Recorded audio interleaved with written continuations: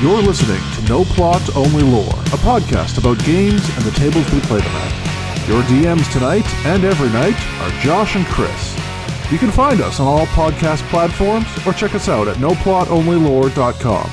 If you like what you hear today, please rate and review the show and share it with everyone you've ever met.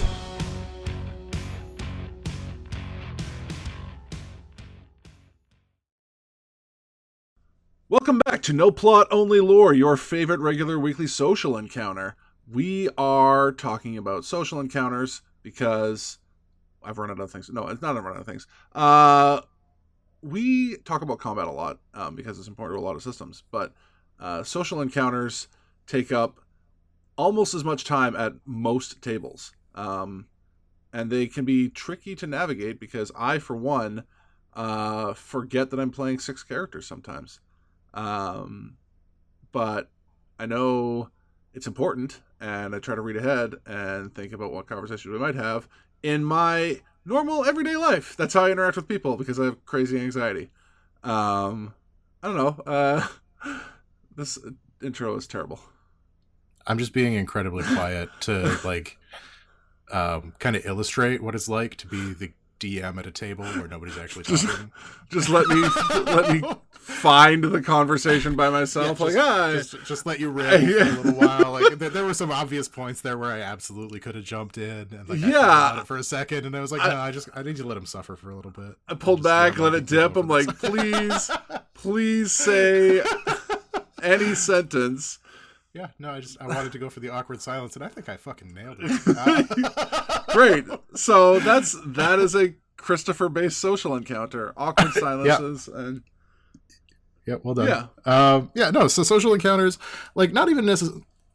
I guess what I wanted to talk about today was all of the stuff that isn't fight. Maybe not all the stuff, but like a few of the things that make up the meat and potatoes of a role-playing game session, because it can't all be combat as much as, well, I guess it could be. You could just do a miniature war game at your table, and that's a perfectly valid way to play. But for myself, and I know for you, you need to break it up, right? Like it needs to have pacing that is appropriate to the thing that you're doing, where like every time you get into combat, you have your combat encounter, and then between the combat encounters, you're talking to people, you're gathering information, you're trying to solve a mystery, you're like getting a quest from the king, you're hanging out at a pub, or like the role-playing moments, right? I was gonna say as fun as combat is, not every conversation can be had mid fist fight. So don't you it's doubt important my powers, Josh. I know every conversation can be started mid-fist fight, but sometimes you got to slow down on the punching to get an answer out of somebody, or maybe don't punch them because they're your friend and you want to just talk to your friend. But yeah, actually, to bring some weeb stuff into this, because I know how much you love anime. Yeah, go ahead. My son and I have been watching a lot of My Hero Academia lately, which is a ton of fun, and like I would absolutely suggest that to anybody. But it's gotten to the point in the shonen thing where every fight is now an expository backstory as well. Oh god, yeah. Right. So like you're in the middle of a fight, and then we're doing like a flashback to the villain's tragic backstory. Yeah, punch dialogue. Yeah, and every once in a while it's not even punch dialogue, it's just like they've taken a break in the fight, and now there's a flashback. Or they're just about to start a fight, and now there's a flashback. And we're going to have a conversation about this person who's being like a double agent, and we knew all along, but you didn't know that we knew. While I'm like standing over you literally on fire. Yeah. And like shooting that fire into your face. I'm going to spend a long time discussing this thing. And it's so perfectly shonen anime. Yeah. I can't hate it, but I can. I know you can, and you do. I can, and I will. But I have a soft spot in my heart for like that in particular. And like, to be clear, it's not gotten to like the Dragon Ball Z levels of like, we're just going to pause this fight and scream for 20 minutes. Yeah. But like, it's edging in that direction. I'm just taking a couple of little tiptoes. But no, I think that it's really important to understand where fights make sense in your story. Sure.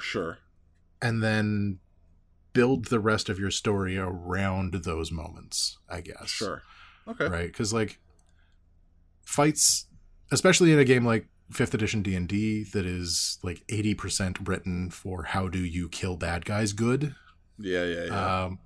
The focus of the game is very combat heavy, but you need a reason to be fighting, and you need to have context for that fighting. And so, like, social encounters, I think, are a really great way to do that.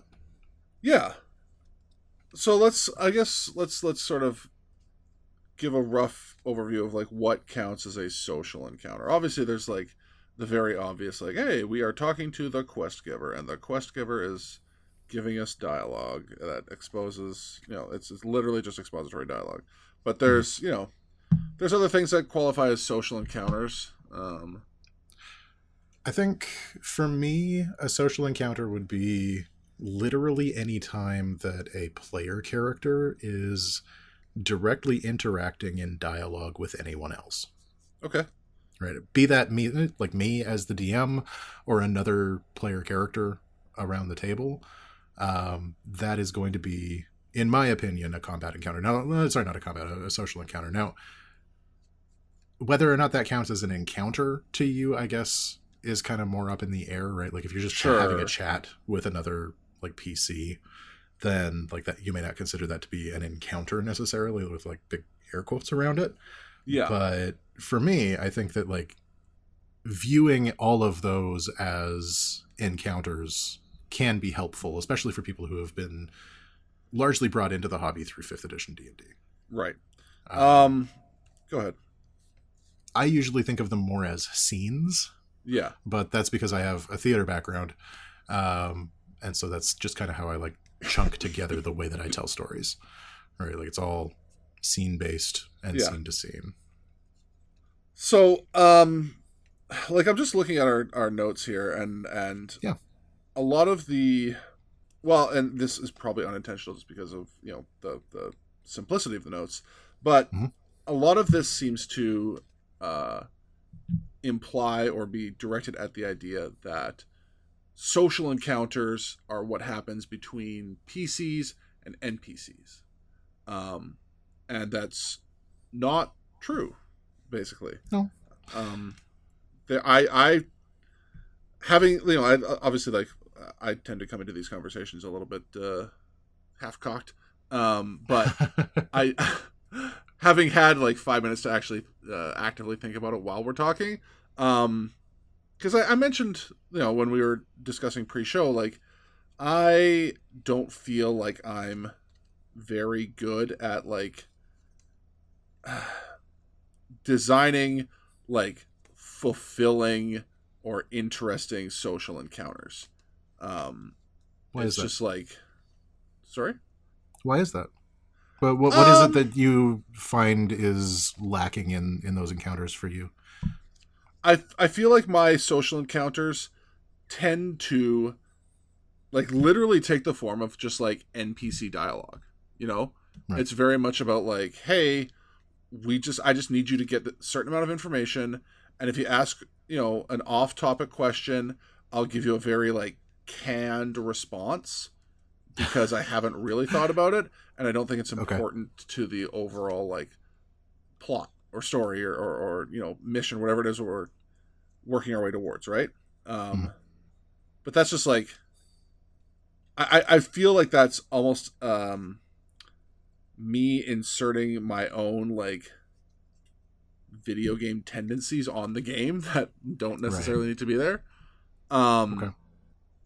But one thing that I think I have been a lot more intentional about recently, after not just because of like this podcast and by extension forcing myself to be like more involved in like the greater D&D community and seeing different ideas float around, but just of my own volition from having been like more primarily a player for the last several years than a DM. But one area I wanted to improve on was inter-party or inter one of the two within the party interactions, and getting my players to role play with each other. And like there's some amount of influence of that, like recently, a small amount from like what is the word? The third game, Baldur's Gate 3. Okay, there we go. That's fine. I got there. Because that is like a significant part of the story, is like your relationships with those characters. And I realize it's something that is easier to do in a completely single player game. It is what it is. Can be, but yeah. Well, it's just, I mean, like, you have control over what this NPC responds with, right? But I wanted to think more about building a richer narrative and world within the campaign, and a big part of that was making the PCs like more real to each other, if that makes sense. That's something that my table is currently pretty nascent on. Okay. It's something that I'm used to seeing a lot more at my tables. Having been a player at my tables, I'm sure you remember that there were some pretty intense inner player discussions that were happening at the table occasionally. And like I really strongly encouraged a lot of like role playing and not necessarily like inner party conflict, but conflicts between members of the party. Right. Like small c conflicts, right? It's not anything that's going to be game breaking. It's never anything that's going to like result in like a massive betrayal and like everybody's going to walk away with hurt feelings or anything. But like, no, it's disagreement. Yeah, having players with opposing goals, right? Yeah. Or not even necessarily opposing goals, but just like differing ideas about how to achieve your goals is really important. Right. And like trying to encourage your players to have that is, in my experience, it's always been a process. Right. Every table that I've ever been at where they're just starting with me as a DM, kind of depending on who they've had as their DMs before, comes into it with an idea that I am there to entertain them. Right? Like I am the DM. It is my role to like set up whatever it is that they're going to be interacting with. And they're going to react to what I present to them, I guess. And it takes a little while to train people out of that. Yeah. Right. It takes a little while to like coax the inner party discussions and like getting in touch with your character's feelings to actually start expressing yourself and like thinking about the way that your character thinks and then expressing yourself in the way that your character would. All of that takes some time and some coaching to get people to that point. And I am starting to see it at my table, right? Like the group that I'm playing with, I've only been playing with them for a few months now. But it's getting to the point where they're a lot more comfortable, like getting into those inter-party discussions.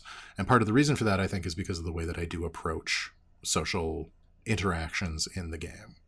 So yeah, it's funny you mentioned that, because like on the flip side too, like as a player, I am trying to be more like actively attempting to interact with the other people in the group that I'm in right now. In that, like, you know, social way, right? Like not just like, we're just all along for the ride and I'll kind of act my part when I'm talking to an NPC, and then otherwise I'll just sit back and listen to you talk. Like, yeah. No, and that's a really easy habit to get into. Yeah. Where it's just like, because the structure of the game seems to suggest that. Yeah. Right. Like the fact that the DM is there and plays everybody that your characters aren't, and is the one who is setting the scene and establishing the shared imagined space, all of that seems to suggest that you are going to be reacting to that person. Right. And without some of that coaching, especially when you've got other players at the table who aren't in that space where they're like, trying to interact with other players, it can be hard, right? Like I've been at tables as a player where trying to have a social interaction with another player is like talking to a wall. Yeah. Yeah. Right? And that's hard. It's really discouraging.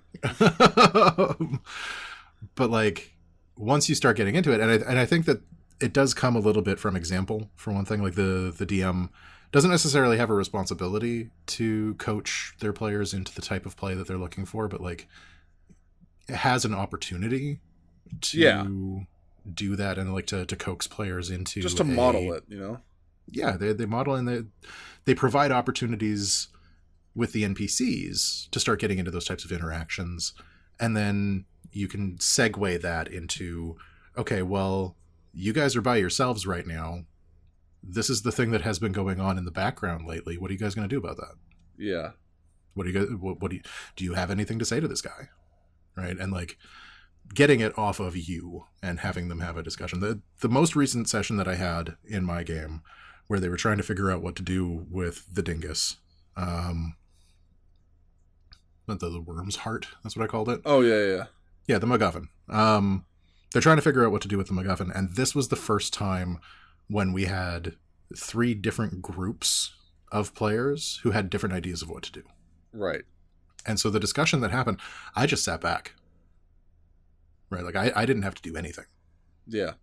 And it was really great seeing like one of my players has been doing a dwarven voice, and he's new at it, but he's been trying real good, and he's been trying to get into his character's head, and he's like, no, I can't let this thing go. It will probably fall into the wrong hands. It's a doomsday device. We have to get rid of it. Right. And like hearing him go through that thought process and then express that to the other player, just beautiful. Yeah. Wonderful to see. But yeah, like I think that like when we're trying to encourage those things, when we're trying to get to that place, there's a few different ways that we can approach it. Sure. And myself, I am an improv heavy DM. Right. I have a stack of notes that are like, these are the things that could happen. Yeah. And then I start us where we start. Yeah. And my players tell us where we're going. Yeah. And I follow them for the ride. Right. Well, like you said before, you're a flow chart using DM. 100%. Right. And that's also true for a lot of the social interactions. So like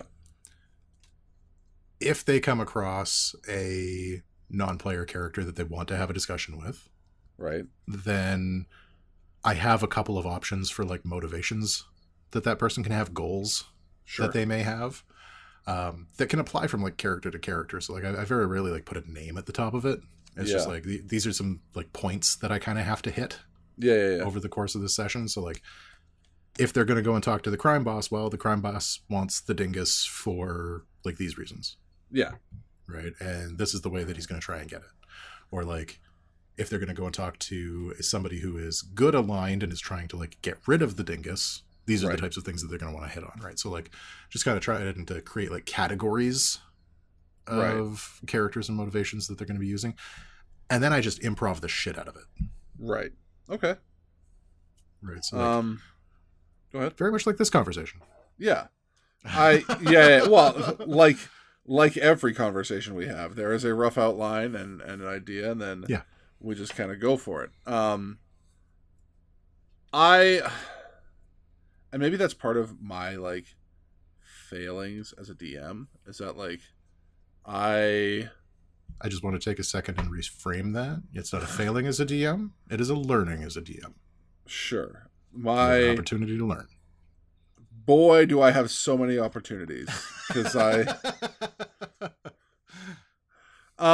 no, like you're right. It's not a failing as a DM, but it's definitely one of my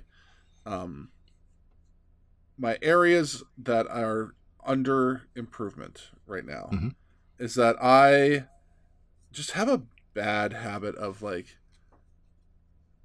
locking in on some detail of NPC, and maybe this is because I don't make a ton of my own NPCs for stuff. I just like steal them from other sources. But I lock into like some, like, I guess we'll call it like an archetype that isn't necessarily true to like that particular character. You know, it's just like, oh well, it's the bar person, so they should be this way. And I don't really like think about like, hey, would this person, like, why is this person acting that way? And would they continue? 100% the most important question for every NPC that you're dealing with. And this is like NPCs that you're coming up with off the top of your fucking head. This is NPCs that are in the book that you have to like delve into their whole thing. Every time I am trying to work out what an NPC is going to do, the first thing that I have to ask myself is why? Right. What is motivating this person? And then how are they going to action that motivation? Right. Right. And so if you're leaning on the stereotype, you're a little bit skipping the why and going straight to the how. Yeah. Right. If you go for the why, then you have a lot more wiggle room in how you're going to be able to present that character. Right. Yeah. Because you get a better understanding of like the under the surface motivations for how they're acting the way they are. Right. No, that makes sense. And like for a lot of your NPCs, the why is just like, I want to get rid of these jabronis. Like it doesn't have to be a particularly intense motivation or like a deep one necessarily. Right. But you do have, in any NPC, you do have the opportunity to like create a memorable character just by understanding why they're acting the way they're acting. Definitely. Yeah. An example from my most recent game is we have a air skiff captain. Okay. Who they just recently met because they needed to like commandeer a skiff to go and like hijack an airship. Sure. And the character is like strange and otherworldly and just kind of like wise beyond what his role would suggest. Right. And the reason for that is because when I was coming up with this random character, I decided that he was immensely powerful and only doing this because he wants to. Oh, it's for the memes. He is only here for the conversation. Yeah. Right? Like the reason he runs a skiff is the same reason that like a doctor will moonlight as a taxi driver. Yeah, because it pays a little bit, and you know, I get to do some cool stuff. And so like because of that, I got the opportunity to do some weird fucking stuff with this guy where like he got kicked off of the skiff and then like nobody was on the skiff for a minute and he just like rose out of it like a vampire. Like nobody saw him get back in it because he didn't get back in it. And he's just like, all right, cool, I got you where you're going. And like starts to fly away and they're like, wait, hold on, we actually need that ride. And like he's become I wouldn't necessarily say like a player favorite character at this point, but like he's shown up a couple of times, and every time he did, everybody's like, hey, it's that guy. That's all you want, is for people to like actually like remember NPCs and be like, oh yeah, that guy's cool. Yeah. And like understanding that why is so important to getting into the motivations and getting into the head of, and I want to make this clear, not just your NPCs, but also your player characters. Right. Like when I am playing a player character, I'm constantly thinking about why they're doing what they're doing. It's been a minute since we did like a deep dive into any of the actual play stuff. Right. But one that I've been listening to on my way to work lately is Worlds Beyond Number. Okay. And that's Brennan Lee Mulligan is the DM, Lou Wilson, Erika Ishii, and Abriya Iyengar. And this is something that I think they do impeccably well. They stop the action when Brennan comes to them, and they really start talking about like what it is their character is feeling. Okay. Right? The things that are going on in the character's head before they describe the action that they're taking. Yeah. And that is huge for the storytelling. Like, obviously, that isn't something that you want to do around your table all the time because it would be deeply annoying to all of the other players. Where it's just like, well, I mean, if you got the right crew, I guess, like if everybody's doing the same thing, then that would be fine. Yeah. But if you're the only one at the table that's like, recently, with all of the different things that have been going on in my character's life, this small inconvenience has set off a lot of other frustrations, like smaller frustrations that just kind of have a domino effect, and he's just going to flip the table, and he's going to be like incredibly angry and storm off, and then everybody else is like, cool, we're going to go find that dragon with his lair, I guess. Yeah. Okay, are you done monologuing? Like, yeah. But like as a model for how to think more than necessarily how I would play it, I think it's been incredibly helpful to illustrate that, because they do monologue about what it is that their character is going through and why their character is doing the thing that they're doing. And I think that a lot of people, myself included, can definitely use the reminder for like how to get into a player character's head. Sure. Do you remember skill challenges? Yeah, loved them. Yeah. Probably my favorite way to like mechanically set up a social encounter. Yeah. Right. Like if you don't necessarily want to get into like the touchy-feely improv actor biz, and I can totally understand where a lot of players wouldn't, that's my favorite way to structure them. Okay. Right. Where it's just like, here's some dice rolls for your persuasion and your deception checks. Yeah. And then you just kind of tell me what it is that you're going to be persuading or deceiving people to do. Yeah. And then we're going to move on. Yeah.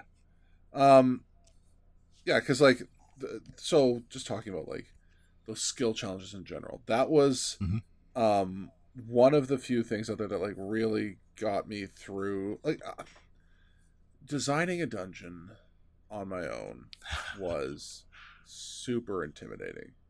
Yep. Until I realized that I didn't actually have to like design traps and stuff like that too carefully, and I could just use skill challenges to get around a lot of that. Yep. And that structure, I have applied some of that to my like social encounters. Like if you're talking to a guard, right, and need to get some sort of success to get by them, then just saying like, okay, like here's the relevant skills. You can choose what you like, but I am going to ask you to tell me how that worked. If you succeed, like what did you actually do? Better when they failed. Yeah, so much better. I love when people fail. Are you familiar with fortune in the middle as a concept? Not particularly, no. Okay. It's one of my favorite weird things that's very specific to role-playing games. Okay. Which is when you are describing actions in a role-playing game, the default tends to be describing a successful action. Right. Then you roll to see whether or not it succeeds. Correct.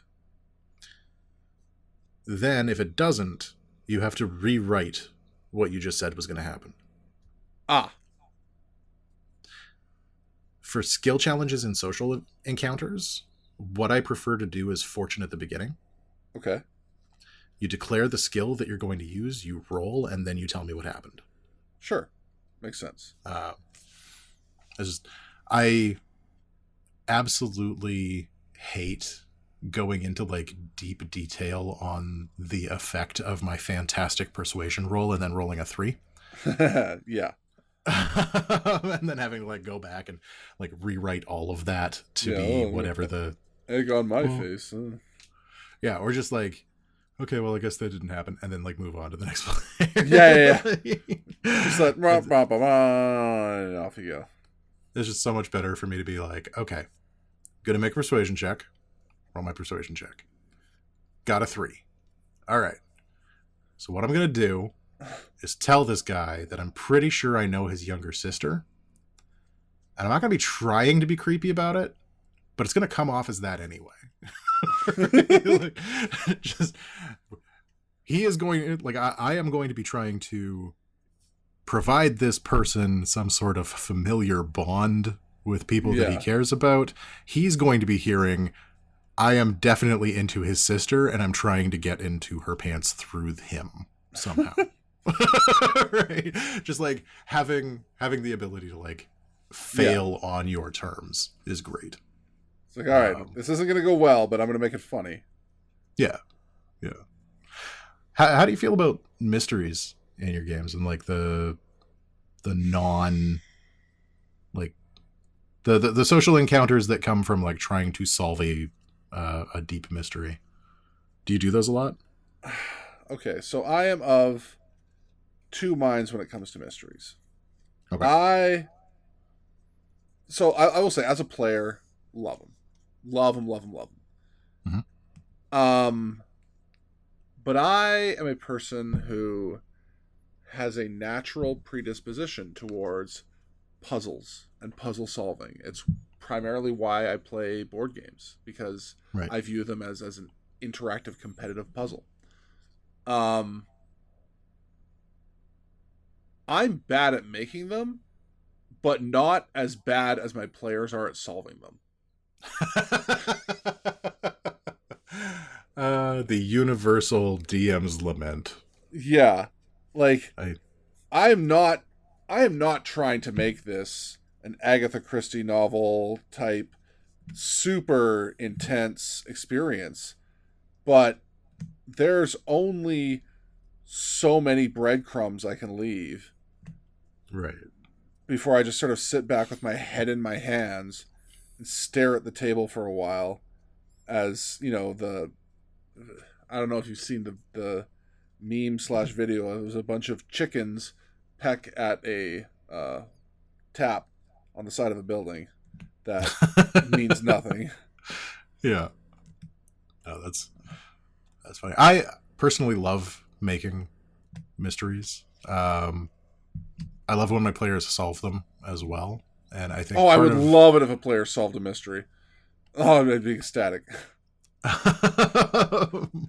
But my players often do, but my mysteries aren't always that complicated. Yeah. I aim mostly for like Hardy Boys level. Yeah. Okay. Whereas just like there's a mystery, but if you're paying attention, you've probably got it solved in chapter 3. Yeah. Right? Like the clues are already mostly there. You just need like a name to put it together. Oh, I think I figured out my problem. What's that?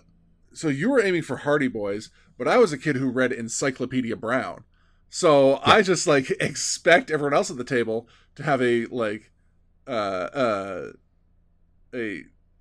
deep like encyclopedic level of knowledge about weird trivia.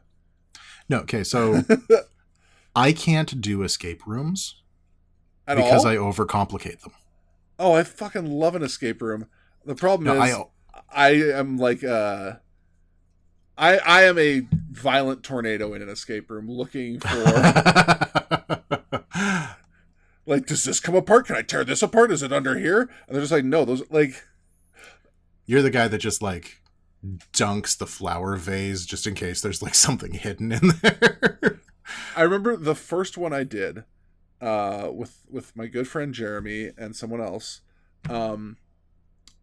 The clue we got from certain things implied there's going to be some sort of lock inside, or like locked compartment inside of a book on all these bookshelves in this room.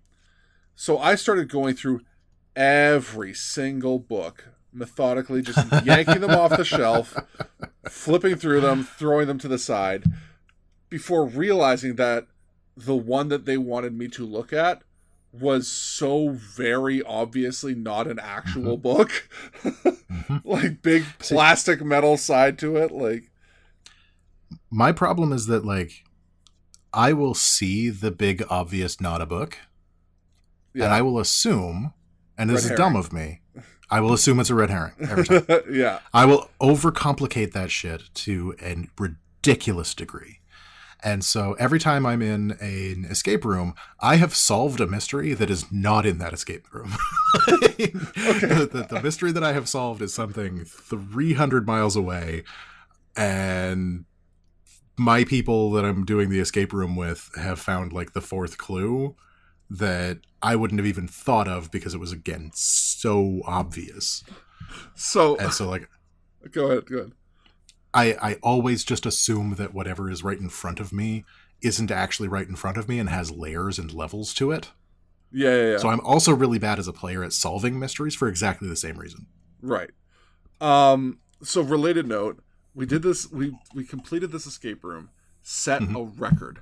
And when I say set a record, I mean we halved the time of the previous team, right? We're like, fuck yeah, we're the best. We are awesome room solvers. We found the secret laboratory, and we, like, duck walked through the little hole that didn't quite open up big enough because they didn't anticipate someone my size doing an escape room. You might actually have to escape the escape room. Yeah. So we got it done. We're all just like, we are the best. And then we come out, and they're like, wow, that's wild. And then they, like, not quizzed us, but they just asked us a question about one of the things that we solved. And we were like, oh yeah, that was easy. We just did this and went through there. And they're like, what?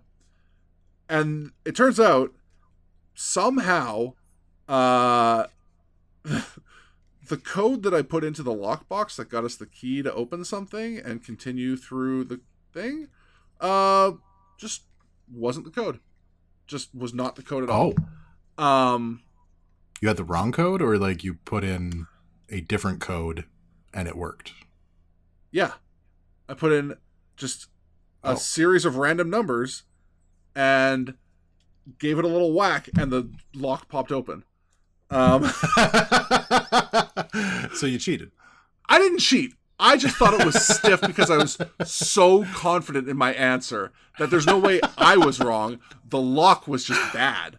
So you solved the mystery through violence, which is exactly what this episode is not about, Josh. Except if we were really in an escape room, I feel like I did it correctly. I need to get out. Yeah, you know, whatever. Yeah, you still win. Yeah. But, like, you won wrong. Anyways, yeah. Escape rooms are dumb. Yeah, I can't do them. And for the same reason, I can't solve mysteries in role-playing games for the life of me. Yeah. Most of the time, I will just keep my yap shut as, like, my fellow players are working through it. And I'll, like, offer observations. Right. But I'll keep them to a minimum specifically because my observations have that ADHD tendency of being like, cool, so here's the observation and here's the 330 things that it's related to that I've already noticed. Yeah. Right? And, like, any one of those could be relevant, but they might not be. Yeah, I absolutely understand the where you come out of there with an observation. They're like, how did you get there? And you're like, it's better if I don't tell you. It was a serpentine path. Yeah. But yeah, so when you're putting your mysteries together, yeah, do you have, like, a standard method for that? Nope. Okay. I try to avoid them. Neat.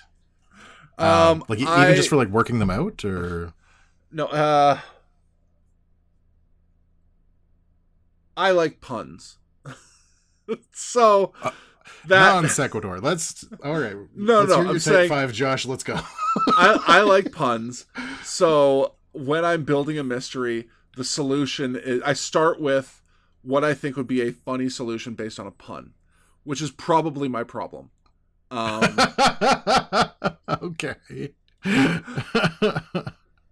Yeah, it's not a good. I don't system. hate that. It's my system, but it's. I mean, it's also my system, but it doesn't have as many puns in it. Like I always start with the end of the mystery. Or like I never start with the beginning. I never start with like what the intrigue is. Right. It's never about like the like what the hook would be, because like I feel like, I don't know if this is still true, but early on in my career I felt like a lot of DMs got really hung up on hooks. Right. And like how to get your players intrigued into like playing this game with you. Yeah. That's never the direction that I go in for these. It's always like, how do you solve the thing? And there's going to be a couple of different options, right? Like I'm on a Hardy Boys level, so it's got to be like 3 solid solutions to the same problem. Yeah. And then I'll start building out from there, where it's like, okay, so what could lead you to each of these 3 solutions? Gotcha. And then what could lead you to the options that would get you to those 3 solutions? And then what would get you to those options? And I'll slowly build it out in like a circle of events until I get to a point where I have a bunch of different possible hooks that'll lead to the same place eventually. I see. And I found that is a method that really works for me, mostly because the path to get to any of those clues can be unpredictable. Yeah. At best. Right? Like players will sometimes make a conjecture or jump to a conclusion that happens to be correct. And if it's already in that list somewhere, then I can just continue from that path. Yeah. And more often than not, that works out well. And then they'll like take a look back at it later and be like, oh, that was what I was supposed to get out of that. And I'll be like, no, you were supposed to get out of it whatever you got out of it. Yeah, don't worry about it. Yeah, you got there eventually. We're all good. But I find that like starting with the ending provides the best opportunities for structure. Makes sense. You know where you got to be. You just got to get them there. Yeah, eventually. And then you got to like figure out how they're going to get that information. Right. Which is also one of my favorite parts, right? Because that's where I get to come up with like the non-player characters and what they're trying to get out of this whole thing, and like what they're trying to hide, and if they're trying to hide something or if they're trying to like misdirect through providing like true information, but it's true information that is relevant, right? And like all of those fun little details for how to get mysteries done. Sure. So.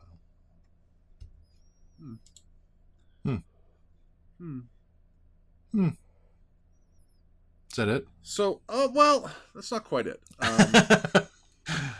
So we've talked about like mysteries and stuff like that, but like, yeah, I kind of want to circle back to the idea of like, how do you encourage the like inter-party role playing? Do you tend to like? Because I've had DMs before that I played with who were just like, "Hey, it's nighttime. Time for some nighttime role playing. You guys talk amongst yourselves." And obviously, that's like kind of a weak, like kick down the path into just go role play, please. Mm-hmm. But I don't want every like, you know, inter-party role playing session to come down to, oh well, you know, here's this situation that was thrust upon us. Let's just argue about it because we need to. Like, is there more like natural way to encourage that like relationship building at the table? I think the first thing is always modeling, right? Like the DM has an opportunity to present the types of interactions that you can have at the table in a way that has some authority and some safety built into it. Right. Like if you start to talk about the emotional state of the non-player characters that these people are dealing with, right, you are also providing permission to your players to talk about the emotional state of their player characters. Right. They may not take that permission. They may hold on to that for a while. They're feeling self-conscious about it. They don't necessarily want to delve into it that hard, but it's there, right? Yeah. And it's kind of carte blanche permission for anybody to start getting into that. Sure. The other thing is providing different types of motivations to different player characters. Right. So around my table right now, we have a cleric and a paladin of different religions. Okay. That has worked out really well for like creating similar goals with different ways to achieve it. Right. Right. We can take it to my church. No, we can take it to my church. Here's why. These are the people that I trust. The people that you're dealing with were the people who got us into this mess in the first place. Right. And there's like a lot of natural role-playing opportunity in that. And then also just providing space, right? Like the whole thing about like, well, it's nighttime, time for you guys to role play around the fire, right? Which is just like, I get that it's boring and dumb. Yep. But like, you do need to have space created and space that's held for that. But like, you don't have to make it that obvious. Yeah. Right. You can do, anytime you're involved in travel, right? Like going from one place to another place is deeply boring. Right. That's why we skip it. We just hand wave. Except you don't. Right. If you don't skip it, if you provide space for people to do a thing that's largely boring and just kind of describe the like area that they're in, here's the stuff that you see. Sure. Is there anybody that you want to talk to? Right. That's a huge question too, right? Like looking around your table at these players and be like, did you want to strike up a conversation? Is there anybody that you wanted to talk to? Is there anything you need to get off your chest? Right. What are you feeling right now? What are you thinking right now? How are you going to express that?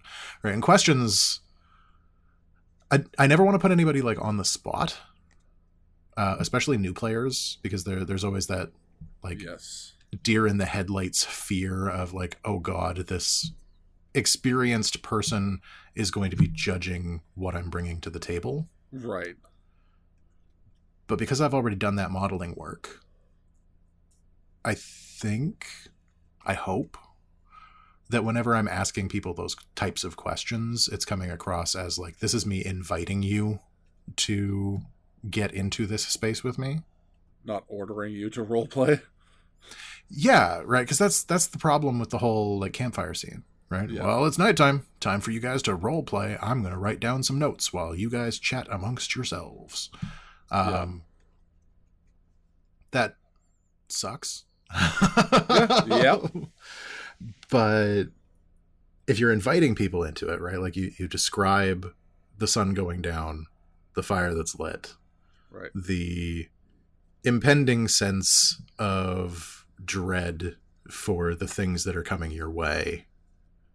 And then you look at a couple of your players, right? You don't necessarily focus on one person, but like, how are you guys feeling about this right now? Right? And just giving them space, being quiet, letting them open up and like explore their characters, like motivations and their whys. And sometimes that will bleed over into other parts of your game where like your character, like your players will sometimes just start talking about what their characters are thinking and feeling in the middle of a thing where you haven't opened that space. And that's fucking brilliant. That's the best. That's absolutely my favorite thing, where like we're in the middle of a like confrontation that is probably going to turn into a fight. Yeah. And you tell me why your character is feeling like they're going to have to draw steel in a second. Yeah. Beautiful. Yeah. Pitch perfect. Love it. We did it. You're role playing. Yes, we did it. You're on an improv stage now. Yay. But like getting to that point does require like little nudges and the asking of questions and the willingness to hold space for players and the modeling of those types of interactions. I think one of the ones that I had recently was Thud. Oh, right. Thud.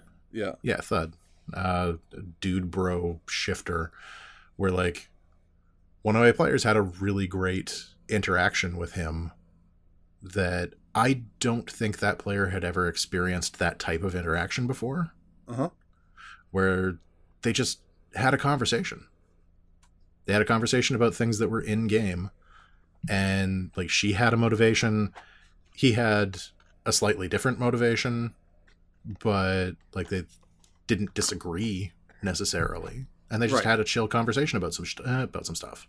Yeah, and I think that kind of opened some doors around my table where it's just like that's the type of interaction that we can have now, right? Well, that's beautiful. Yeah, it's nice to see. All right, cool. And then there were a bunch of dick jokes. As there are. Yeah. Every table. There always are. Well, neat. I'm glad we got to like explore, something that I like. Frankly, this is an area that I want to constantly be improving in. Me too, to be honest. Like I speak with a lot of authority because I've been doing this for a long ass time, but like it's always something that I'm working on and always something that I'm trying to find new tools for. Of course, yeah, that makes sense because the more, I guess it just takes a little bit of vulnerability, opening up and being like, yeah, you know what, I kind of suck at this right now, but I want to get better. And I think that's kind of the thrust of this whole show. Is I thought the show was just me pontificating about how awesome like role-playing game theory is. Is that it's us listening to Chris drone on about some stupid high level thing that no one else is really interested in, and then sorry, Warhammer 40K says what? Hey, thanks for making it all the way through this episode of No Plot Only Lore. If you're looking for more, you can always find us at noplotonlylore.com and on all the very best podcast platforms. If you like what you heard today, please share, rate, and review the show to feed my never-ending need for attention and validation.